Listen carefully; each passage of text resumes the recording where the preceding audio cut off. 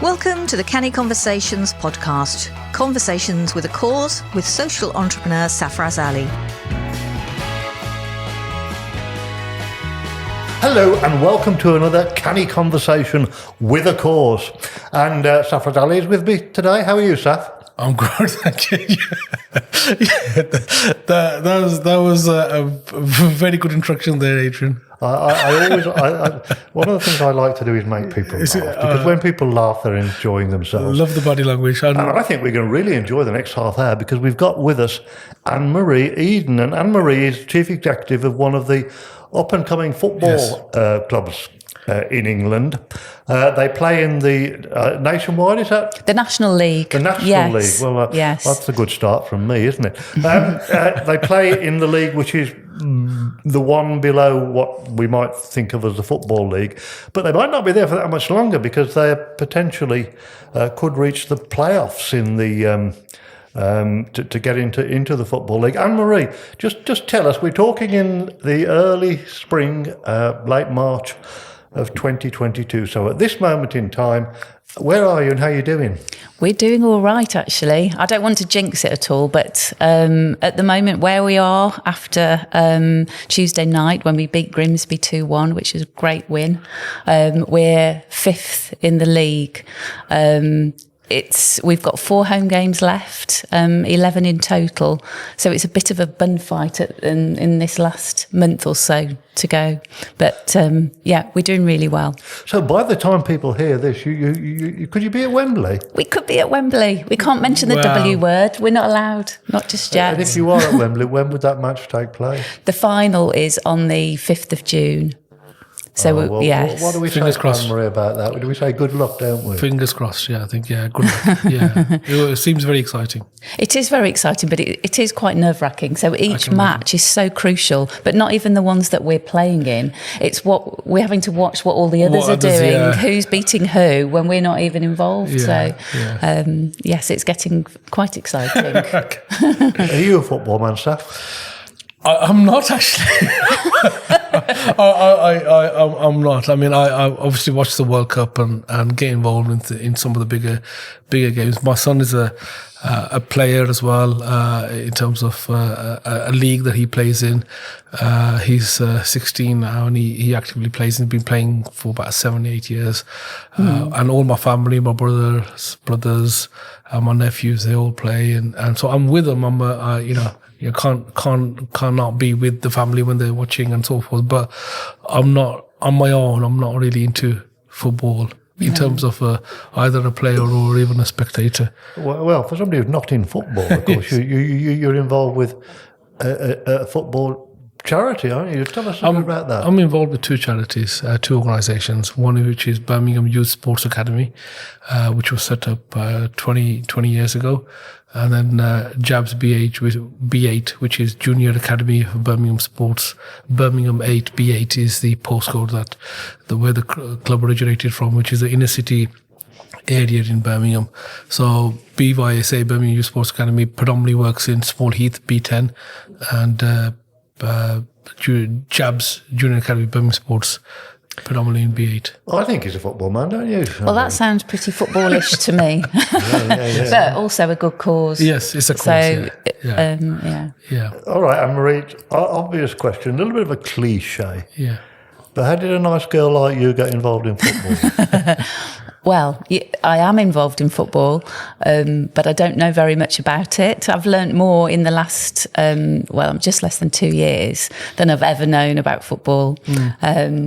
The reason I'm working at Solihull Moors is the role that I was doing before. I was working for Jerem's Accountants, and they're major sponsors of Solihull Moors. So when I joined Jerem's, we had a table to host guests at every home game. And my role, because I looked after business clients, they said, well, could you help host the table? And I was like, I've got to go to football. I went the first time, took some clients. I thought, this is actually really good way of watching football. Yeah. I didn't realise that I could actually hear what the players were saying. Okay. I was near enough to see what they were doing and understand it. It was just a really vibrant afternoon, and the people in the boardroom, all of the sponsors. It was fun, actually. And so I did that for pretty much, it was every home game. I got to know the shareholders, the directors, the chairman. And eventually, Darryl Eales, who's our chairman, asked me to be the CEO. And a little bit of why, because I sort of laughed to start with, because yes, I'm quite good with people. It's people that I do, that's what I do. He wanted me to bring my skills to the football club, and because I'm not swayed, or I don't watch the football, or I'm not swayed by football, that's actually quite important. And not a lot of people in football roles haven't got a big interest in football. That's not their main thing. I mean, I know one of the things that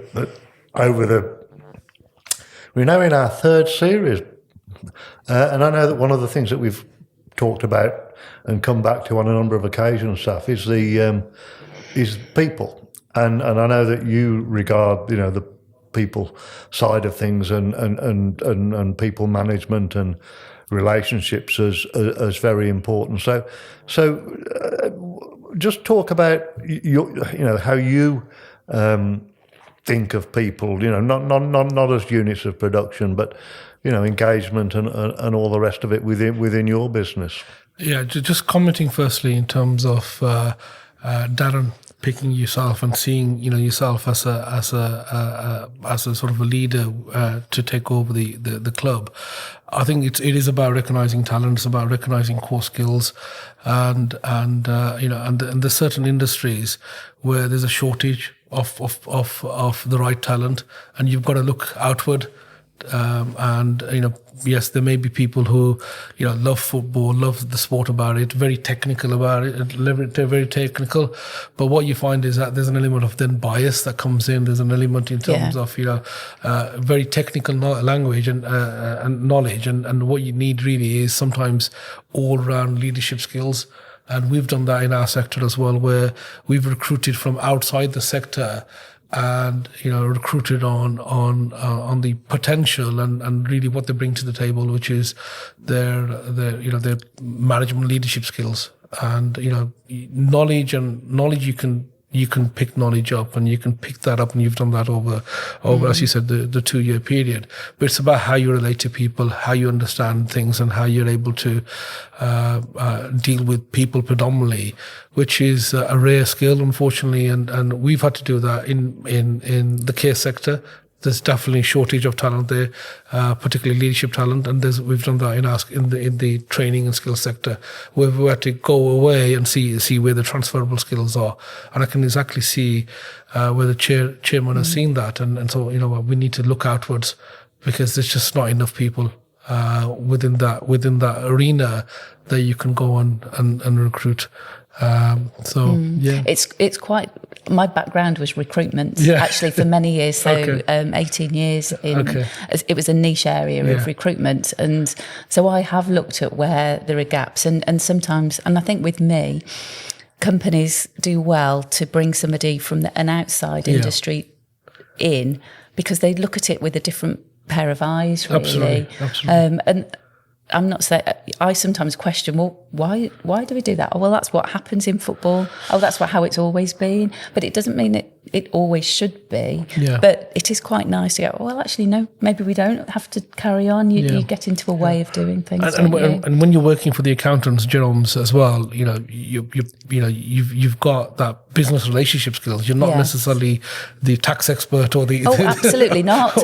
And that's also why I liked working there, and I think that's why they wanted me to work there too, because I spent time with their business clients, not talking about accountancy, about everything, other areas of their business, and going, oh, so you do that? I would look around factories and question what they did, and then fill in gaps. So they had a bigger service from their accountants.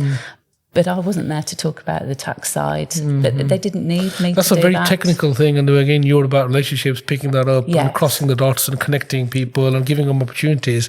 Yeah. And if you've done that at General's in terms of the accountancy, you're doing that again Yes. with that. So there's a pattern there as well, where you're able to transfer the skills that you have got, because there are general people skills, and it's an easy thing to say, but there's an absolute shortage of people who've got that level of transferability and just can connect with people on a personal level and on a human level, as opposed to running on sort of technical knowledge. And I think that's a rare thing to do, and good on you. And also, if you're doing it in the care sector, yeah. that's probably quite refreshing, actually, if you're bringing people in from different industries. Absolutely. We've done that with retail, where people who are sort of managers of retail branches, there's an element of transferable skills there. Long hours, and it's a high pressure environment, and they're coming in managing, because you're dealing with finances, you're dealing with people, you're dealing with situations, regulations. There's a lot of transferables, and then you pick the knowledge up, and all you're doing is really feeding knowledge over a period of time, because they've already got the grounding, they've already got the traits, and they can ask questions, and they've got the hunger to do so, which I think is fantastic. What a fantastic little bit of dialogue there. I want to talk a little bit now, both of you, about the importance of passion, and also perhaps the problems of passion. Anne-Marie, before you got the job, were you a Moors supporter? Nope. I was when I joined Jerem's, or started to come to the matches then. No, I wasn't a football supporter of any nature, but as soon as I could see a game all the way through it, and I got to know who the players were and how they played, and if you're talking about passion, I could see the passion of the fans, the passion of the shareholders and directors on match day, the team as a whole, the manager, people who were sponsors. That's when I became a Solihull Moors fan, because I think we're playing to a decent level in the National League. So we're big enough to play good football, but we're small enough to have a community passion, really. And that's why, if I had to choose between going to see, I don't know, Man United or Solihull Moors, I'd choose Solihull Moors every day of the week. Because you're connected to that. I'm connected to it, but it's... you can actually see the game. You're part of it, yes. Yeah. And I think that's what our sponsors, the people who attend, whether they're in the hospitality suites or the boxes, or they're just turning up and standing at the side of the pitch, they feel more part of it than if you have to look through binoculars from the back row at one of the big Premiership clubs. I asked that question, Saf, for a particular reason, because you may recall earlier in the series, one of our guests was talking, and he said that he knows of one football club that when they're recruiting people into senior positions, they ask them, are you a supporter of this club? And if they say yes, they're excluded. Right. And the reason for that is because if they're a fan, then the fear is that they will make decisions based on emotion rather than based upon business knowledge. So I have two points which I'd like you to take up. First of all, when you're recruiting people, how important for you is a belief that they have a passion for the business? And the second point, which comes back to something Anne-Marie said a few minutes ago, which really struck me, was sometimes it's good to have people come in from outside who haven't got preconceived ideas about how a particular business operates. So when you're recruiting staff, would you often deliberately say, well, actually, I don't want somebody from a training background, or I don't want somebody from a domiciliary care background. I want somebody who can bring something from outside into my business? I mean, there's a certain type of person where they do one thing the same way they do everything. So they want to do the best that they can. They want to do it with 100% in terms of commitment, and they want to get the right results, the best results. And whether that's sometimes cleaning at home or whatever the case is, or tidying up, or paint job at home, they'll have the same outlook in terms of their job. They don't half. I'm going to use a word here. they don't half it. I mean, I don't want to use the other word here, but they give 100% in terms of commitment. There are no shortcuts. They're 100% in, fully committed, fully driving, and exactly know what they want to do, and that's how they do everything. And that's a trait in people, and when you see that, they can apply that to everywhere. So the passion isn't necessarily for that a route or a particular way. It's just that's how they are. They want to give 100%, whether that's study, whether that's when they're volunteering, whether that's when they're in a job, whether it's a family situation. They're 100% in. They're involved. They're there. They're in the room, and they're there. And what about the second point, bringing people in from different sectors into your business? Purely as a deliberate move because they bring a different perspective? Depends on the role. I think it depends on the role. So, we've had, wherever we can, we try and bring people inside because there's insight into the sectors because there is generally a shortage. But what it means is that you've got to understand there's a lag in terms of them being optimized in terms of performance. So there's got to be a plan in terms of how does that work. So you can't just throw people in sometimes in the deep end on its own. There's got to be some sort of plan in terms of how does that work, whether that's a buddying up, whether there's a peer support, whether that's an element of working with you or, whatever it is. If somebody else can work with that individual, it makes it all the better because there's going to be many situations and questions where you need to sort of walk with that person alongside. But we've done that a few times. In some cases, we've sort of excluded people from outside the sector because we need somebody with the technical skills that we know we need a quicker result. So it's that time lag. So if we need a result out in 2 months' time, 3 months' time, we don't have that lead time then. And it depends on the situation, depends on what your outlook is.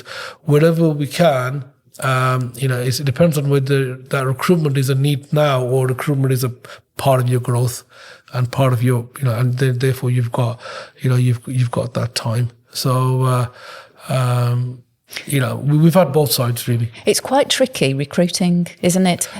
People think, oh, so-and-so's left. I just need to replace them. I need to find another. It's a bit late then, I think. And it's not necessarily recruiting like for like. I spent, obviously, my recruitment background for many years, but one of the roles I did was helping a headhunting firm. And so if they were trying to replace somebody on a board, they say, oh, the FD's left, so we need to replace the FD. Here are some FDs. They just wanted CVs of FDs. And it isn't like that. You have to actually look at the personalities and the traits of everybody else on that board. And it's the same for any group of employment, whether it's a team, a small team or a big team. You need the right mix of personality, the way they deal with things, not having everybody the same, or else the business is never going to go anywhere. It will just remain static, which it's not just like for like. Fascinating. Just for our listeners, just to remind you, in case you'd forgotten, you're listening to a Canny conversation with a cause.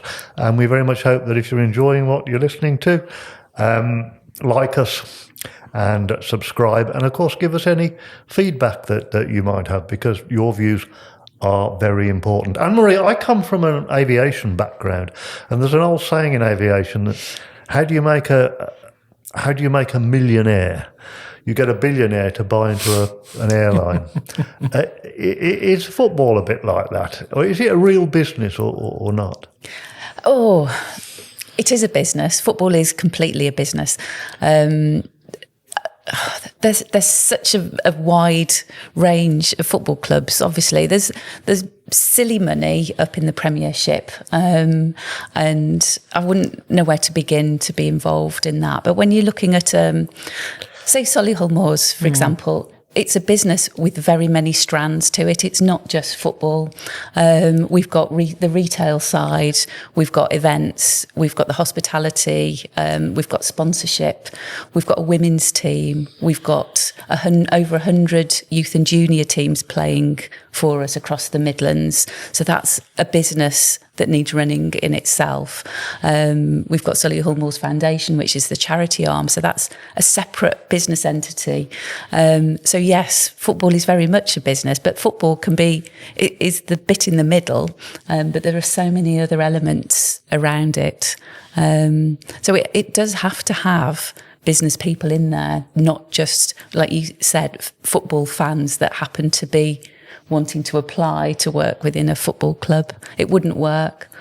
Saf, one of the things that you've talked about a lot and are very involved and interested in is recruitment. And building teams of different talents. I mean, I'd imagine in football, I don't know, Anne-Marie, what the situation is with the Moors, but I guess probably the football side of things is something that you don't get involved with. I mean, No. You're not choosing who's centre forward, who's in goal today. No. But in terms of, managing people, Saf, you've talked a lot about, developing talent and all the rest of it and the dangers of egos. And I would imagine in football that egos are not always in short supply. So, Saf, how do you strike that balance between somebody who might join the team who's perhaps extremely talented and gifted, but perhaps might not be quite so strong when it comes to being a team player? Yeah, I think Anne-Marie sort of touched on it in terms of the whole team outlook. When you're recruiting for a particular team. So you're not really recruiting that individual in terms of that skill set. You're looking at how is that going to affect the team dynamics, and does that team together going to go forward, or is there going to be any obstacles? And again, you go back to that definition of a team. It's not a team of just people working together. It's about we're a team because we make each other stronger. And if you go back to that core, the fact that we're only a team because if we make each other stronger, and if that's the ultimate, then if somebody in there is strong as an individual but doesn't make this team stronger, then that is damaging the team, and therefore, we don't really need a rock star type of individual who is strong on their own, but everybody or the team as a collective is weak. So if we go back to that, I think that answers in most situations, and it's really whether that collective is stronger together. And if it's not stronger together, then we have a problem. Yeah. I agree. That's really, and that's not just football. That's across the spectrum in any type of team. Is that a particular problem in football, Anne-Marie? If I can just give one example, I have seen, and this is talking about the players rather than any of the football staff, in a team where he was a very good player, but actually he had a negative effect off the pitch within the rest of the team. And I'm not necessarily talking about Moors here, but I just know of this. And actually, it's quite a brave thing to do, to not have that person playing in your team because of Tough, really. It's taking a chance of getting rid of somebody or moving them or changing them, because if it's going to disrupt the rest of the team, and you'll see that in any business, you can relate that to accountancy where I've worked or a law firm, but it is quite a tough decision. I've seen it in an example. I mean, not necessarily relating to our work, but in even a restaurant, we had this customer of ours. The rest, we were delivering food hygiene training and some management training, and this waiter was fantastic. Really good in terms of the attention. He knew the customer's detail, the names. He was really attentive, and he always got the tips and so forth and whatever. But as a team player, in terms of the kitchen and so forth, very disruptive in terms of the chef and so forth, and the business owner had to make the decision to let that person go he tried his best to try and get that team, and that was a risk because the customers loved him. Yeah. The customers really enjoyed that experience, and he's thinking to himself, okay, I'll leave this person here, but I've got then 6-7 other individuals who just don't like coming here. They don't like working in this environment, and it's a toxic type situation. And what do I do? So the thing is sometimes making that decision, which is the tougher decision, because then you've got 30, 40 customers who are regulars who are going to say, "Where's X person?" And it's a difficult one. It's an absolute difficult. Yes, and the same with fans. I'm sure, if you've had to remove players or whatever, they don't understand the fact that, No, you were saying about bringing fans into work, but there's fans forum, there's Twitter. Social media's got a lot to answer for, really, and we see it from a Solihull Moors point of view, never mind all the bigger clubs, but they're very quick to give their opinion straight away. Why is our manager not playing so-and-so? Why did they take so-and-so off? We wouldn't do that. Oh, why have you not got them in goal? Or, all of those questions. They have got an opinion, but they're a fan and they don't know the business. Yeah. They don't know what the business plan is or what's going on. We've got an amazing manager at the moment, Neil Ardley, and he's not silly. He will know what he's planning, why so-and-so's not playing today. There are reasons for it. It's not just, 10 minutes before kick-off, I think I'll pick you. Yeah. But the fans don't seem to understand that. And they don't want to really, to a certain level, because they are to a certain mind. This is what it's like, right or wrong. There's no grey here. No. It's this way or it isn't. And and this is one of the things that when I have conversations with my brother, is I don't go into any conversation with him where I say, if we're going to have a conversation on this, you've got to be able to change your mind. Are you able to change your mind on this topic? If not, there's no point us having a conversation. It's like, if one of them is a Liverpool supporter, the other one is a Manchester United supporter, and they have these debates, and I'm saying, what's the purpose of this? All he does is winds you both up. It's like, if you're not going to change your mind on something, if I say, on this topic, I'm happy to have a conversation with you, but Adrian, the prerequisite is we've got to be open-minded, and you have to say, if you change your mind or some outlook of it, are you prepared to do that? And if you're not, then there's no point. And that's my outlook anyway. And then I say, there's no point even talking about these topics. Yeah. It's simple, but there you go. Yeah. Sometimes when you watch a game of football, the whistle goes and you think, well, where the heck has all that time gone? Absolutely. Because it's been so interesting and so exciting. Time is moving on, so I am going to put us now into extra time. Okay. We are now in a bit of extra time because I don't want to leave without spending a couple of minutes on this particular topic. Saf, you've talked a lot and written in your books, Canny Conversations, which are the basis for this podcast series. You've talked about some of the issues involved in scaling up a business.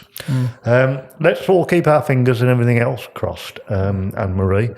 And if this year, and if not this year, no doubt fairly soon, you will be promoted to a higher league.